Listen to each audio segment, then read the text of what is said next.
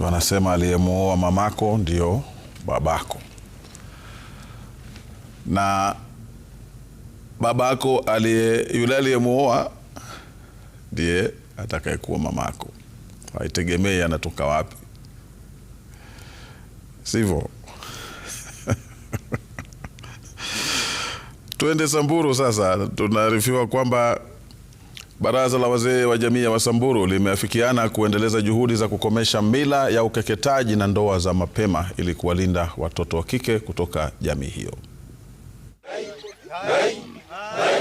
Kwenye kikao na wanahabari baada ya kukamilika kwa mkutano wa mwaka uliowajumuisha wanachama kwa siku 4 mfululizo, baraza hilo limeelezea kughadhabishwa na kuendelezwa na mila potovu ya ndoa za mapema, hali inayozima ndoto za wasichana kutoka jamii hiyo. Unakuta mtoto anaolewa akiwa miaka 10, 12, hiyo wasee tumesema haiwezekani.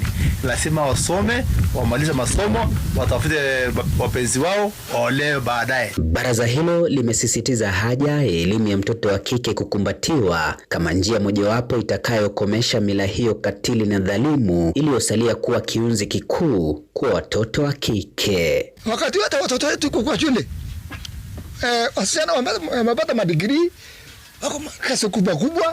Kwa hivyo sasa tumesema hiyo ndio iendelee, wasomeshe watoto ile wadogo hatutaki kuoa. The Samburu Council of Elders Culture Bill 2021, we demand that this long pending bill be deliberated, passed by the assembly and assent by the governor in 1 month's time without fail.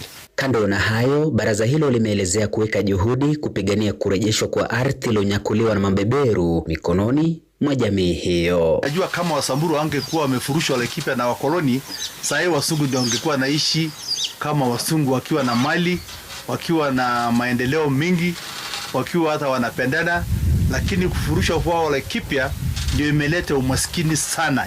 Target yetu ni kutafuta mabadiliko ya kubadilisha system ya watu wetu, yani njia watu wetu kuishi, living system of our people.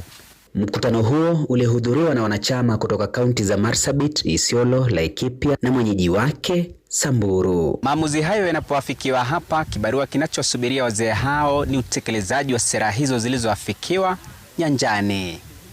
Bonfas Barasa, Runinga Citizen, Gatuzi la Samburu.